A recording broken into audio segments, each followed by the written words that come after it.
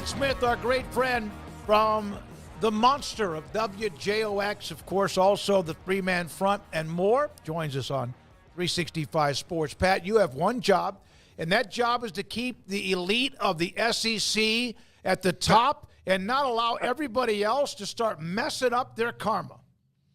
My goodness, what a week it has been in the state of Alabama. First off, Auburn was falling off the map. Everyone thought they would be 5-0 after the Oklahoma game. They were 2-3. Then they go to Georgia and lose. Never in a million years did we think after Alabama knocking off Georgia, Alabama was not going to miss a beat. Nick Saban's in retirement, no problem at all. And then Diego Pavia comes to Nashville and just uproots everything. So it's been a crazy last 72 hours in the state of Alabama. I have heard a lot of things said about Kalen DeBoer, Pat. Vandy doesn't beat Alabama. Is it just the fact that, look, they could take a loss here or there to anybody, but is Vandy so spat upon by the Tide faithful that this one just stings so much? Well, I think it stings so much because I think it was 1984, 1969, the last two times that it has technically happened. A couple of times in the record book, Alabama, because of NCAA issues, had to actually forfeit or vacate some games, and it kind of ticked some Alabama fans off because in the Vandy Media Guide years ago, they counted those as wins against Alabama. It's just something that Alabama fans just really not used to, but the biggest thing is just coming after that just incredible win against Georgia and, Jalen Milroe and everything that was going on, and Kalen DeBoer just had got that big signature win in Tuscaloosa. Then you go to Nashville and you never led against the doormat of the SEC. It was just weird. It was odd. But any football person is going to tell you, watching that game from start to finish, Vanderbilt just lined up and beat them. I mean, this was not some kind of a fluky situation like App State at Michigan. I mean, this was absolutely Vanderbilt knowing the keys to success and how they could move the ball and really frustrate Alabama. I mean, going into that game, Alabama had only given up 11 third down conversions. They were one of the top teams in America. On Saturday, Vanderbilt did 12 in one game.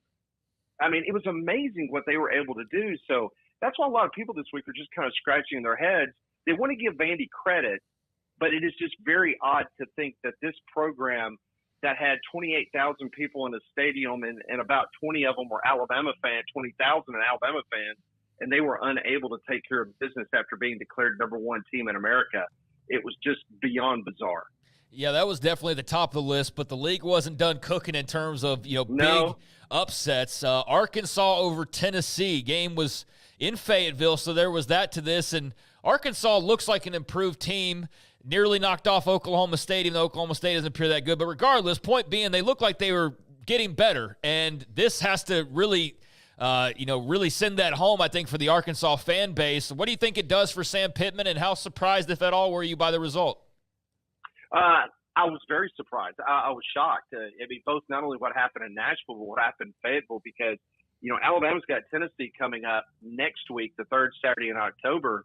And, both of those teams losing on the same day, being a top 5 team, both of them, to unranked opponents. I got to see Arkansas down at Auburn. And, I was impressed what Arkansas was able to do and frustrate Auburn and walk out of there with a win. I think Sam Pittman has just done an incredible job. Listen, leaving SEC Media Days, he was squarely on the hot seat along with Billy Napier. It was going to be, okay, which one's going to be fired first? Well, obviously Billy Napier is still trending that way. But the things that obviously Sam Pittman has done in Fayetteville has given significant pause. And they've got a couple more bigger games on their schedule. I know they didn't take care of business against Texas A&M, but they played well in Dallas 2 weeks ago. So I think Pittman's going to be safe. But if you're an Arkansas fan, you got to like the fact that they were able to do what they did and shut down a Tennessee offense that has just been a juggernaut under Josh Heupel. By the way, Clint Westwood, evening guys from Tokyo in the chat room. So konnichiwa to Clint Westwood. Good to have you with us. Yeah, that's awesome. Pat. Worldwide. So, you look at Where this weekend you have Texas, Oklahoma. This is an opportunity for Oklahoma to step up. Maybe that save at the end of the game against Auburn gave them a spark, the new quarterback or more. Is Texas the only one right now? And that doesn't mean they don't have flaws. That looks like they're just humming along or not. I think Texas is right now. That you cannot debate the fact that Texas has been able to take care of business. But I also want to point out, as you guys know, because it's in your backyard, that Mississippi State is hands down the worst team in the Southeastern Conference.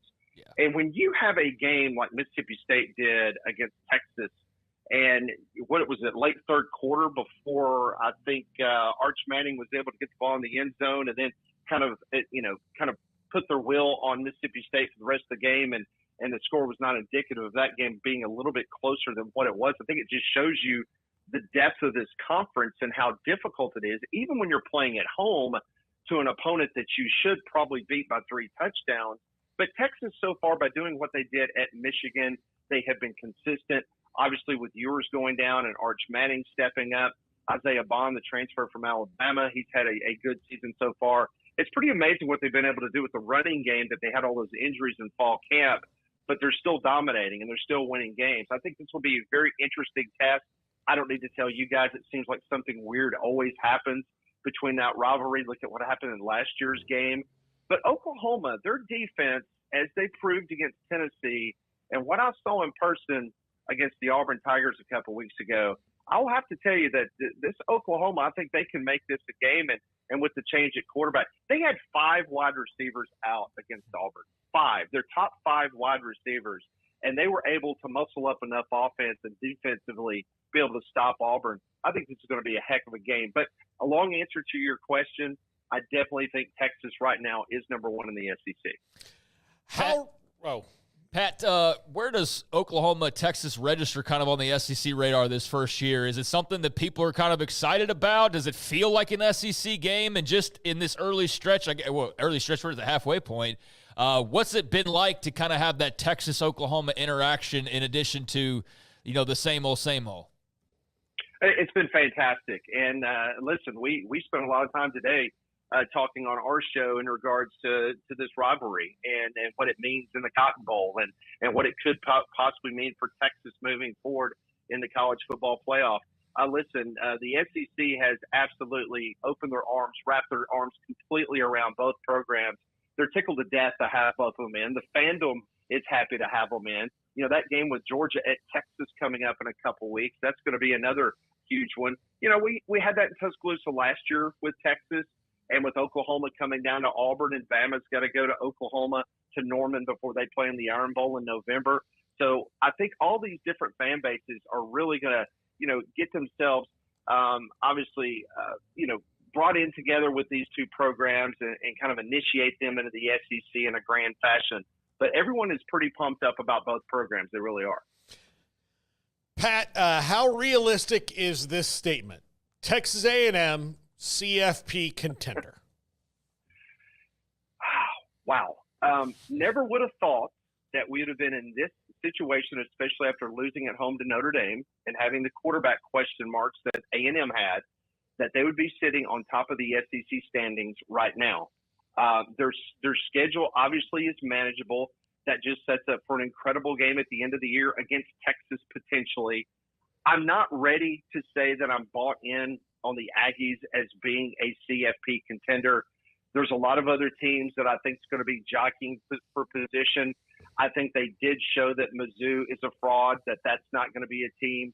You got to wonder if Ole Miss can get past LSU this week. Did they right the ship after that upset loss at home against Kentucky? Bama has got Tennessee coming up. They got a trip to LSU, obviously Norman, Oklahoma, and the Iron Bowl. So, there's a lot of pitfalls left for a lot of teams. I think it's a lot more manageable for Texas A&M, but I just think that from a talent standpoint, I think there's a few more teams that's going to be in that conversation for the CFP over Texas A&M. Pat, what are your thoughts? We have Ross Dellinger in about a half hour, a little bit less than that, on this. These other private equity, this other leagues that are at least are ideas as the Big Ten and the SEC meet Thursday, barreling down this road of, hey, we're who we are and you're not. Do you think there's anything at all to any of these type of ideas or options that would change Greg Sankey's mind to win the entire world of college football? No, I don't. And being around Greg Sankey, been around this conference as long as I have been, I mean, what's happening in Nashville is you've got the Big Ten and the SEC. I mean, they're absolutely going to flex. And maybe Ross is going to tell you something different in 30 minutes, but I fully anticipate that these two are going to put their head together. They both want 4 automatic bids moving forward in the college football playoff. They want to expand this thing to 14, maybe 16 teams, depending on what they can get approved. I know I read Brett Yormark's comments over the weekend in Houston, in the Houston Chronicle, in regards to, let's just settle this all on the field and earn your way, not getting these automatic bids and so forth. But to be completely honest, I mean, what is going on with the SEC and the Big Ten?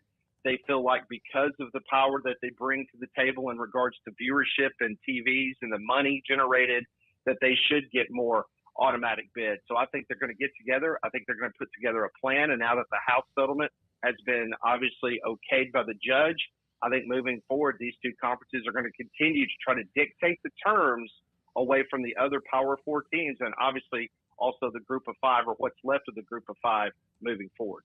Thank you, buddy. Great to have you on. Sorry we're running a little bit late. Glad we had you and love the segment with you. You have one job. Get all those elite teams back to the No, I want chaos. I want other chaos. I want to see it happen. It was fun to watch. Thanks for your time, buddy.